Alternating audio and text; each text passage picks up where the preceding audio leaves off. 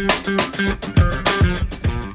guys, Michael Forst here at Forst 8 Trucks. Today I'm going to show you how to install a new product. You got yourself a new Peterbilt and you end up having one of these smart wheels on here. You want to change that out and dress up the interior. We got a new product I'm going to show you how to install in the truck, and it'll really help this interior come together and look really nice. We'll go back here and I'll show you how the parts and how to put them together. Alright guys, so here we got the components of the kit. We've got our hub that's going to fit your late model Peterbilt, late model Kenworth steering shafts, and this is the housing that you'll take your original switches and put into here. And of course it's got some mounting hardware and an Allen key there. When this goes together, of course your hub will be down first, the adapter once you get your switches put into it. This will fit most 3-hole 4-stroke wheels. In this case we're going to use this classic mahogany wheel. That'll sit over the top of there. Of course then you have the horn button housing. Of course then we'll take our horn button wire and hook it up to our button, and this is how it'll go together in the truck. Alright, so the first thing I'm going to need to do is get these switches out of this wheel, and I can do that before I remove the wheel off the truck. But first thing you want to do, pay attention. I mean, you probably have a memory of if your steering wheel is straight when you're going down the road, and if it is, park it straight, or if it's cockeyed a little bit, just when you stop it, put it in that position where it is when it's straight. So when you pull this wheel off and put the new one on, you can put it on straight and feel pretty confident that it'll be straight for you when you're driving. So I'm going to rip this horn button off first.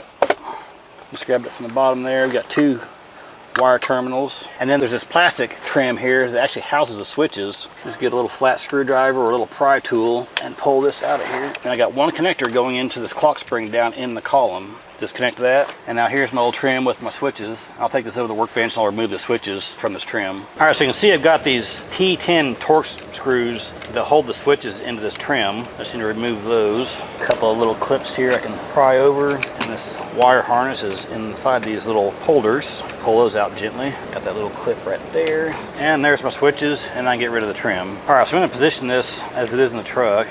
These switches will just push in from the back side. All right, so once I got these switches snapped into place, there's one tab on each switch that'll get one of the included screws here. It's gonna take a small Phillips screwdriver for those. And I'll put the back cover on. We've got these little catches right there on these ends that hold the end parts in, and then 4 screw holes here closer to the center.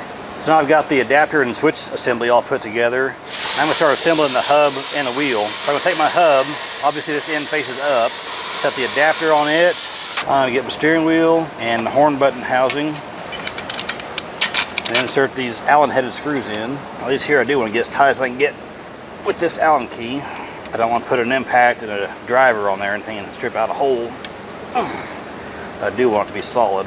Alright, so here's my whole assembly put together, and you'll see the switches come right through the gap between the spokes, and of course it's got to stay right there in that same position to the wheel, so you don't have to worry about your wheel turning and hitting it. Now we go ahead and get the wheel pulled out of the truck. So I removed the little keeper and removed the nut off the steering shaft using a socket and a ratchet. This is not a place you want to use an impact. That shaft is not a strong hardened bolt or anything. It's just a piece of machined mild steel. Now I just need to get a steering wheel puller that'll fit these 2 holes here. It looks like it's an 8mm thread inside there. Now with a ratchet again, just gonna crank down on that and off it comes. You're not going to get this pulled off of here by hand, so you better get a steering wheel puller or have a place that has one do it. And again, before I pull the steering wheel off here, I'm going to make sure that it is straight. Just like that. And off it comes. The wires come through the hole in the hub. I should notice there's 2 wires here that were on the horn on the factory wheel. Our new hub has only got one. One of these is ground, and one of them is a positive side that goes to the horn relay. Figure out which one you need. I can just touch the wire to the column there. So this one here was already ground. We don't need that since the aftermarket wheel is going to have its horn button grounded right to the wheel and then down through the shaft. So I'm just going to wrap this end up with tape so it doesn't bounce around in there and contact that anytime when it shouldn't. So now I've got my wheel assembly with the switches here. I just need to feed these wires up through that hole there in the bottom, and I can set this on, make sure I don't get anything bound up. And now I can set the wheel on, getting it straight with the truck, getting it as possible anyway.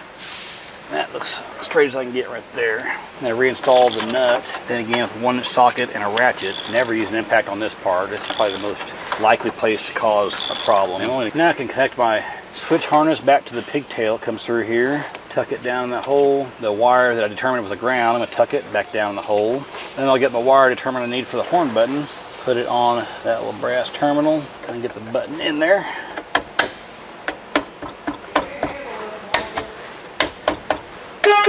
we'll test that works. I go ahead and just check the controls, make sure everything's working there.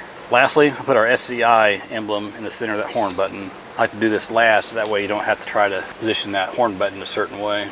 All right guys, so there we've got it. We replaced this factory smart wheel on the 389 with this aftermarket wheel from SCI, along with their adapter kit here that'll move the switches out. This will allow you to customize your interior a little bit further where you couldn't do that before. So come check this part out at ForstStateTrucks.com and pick you out a steering wheel.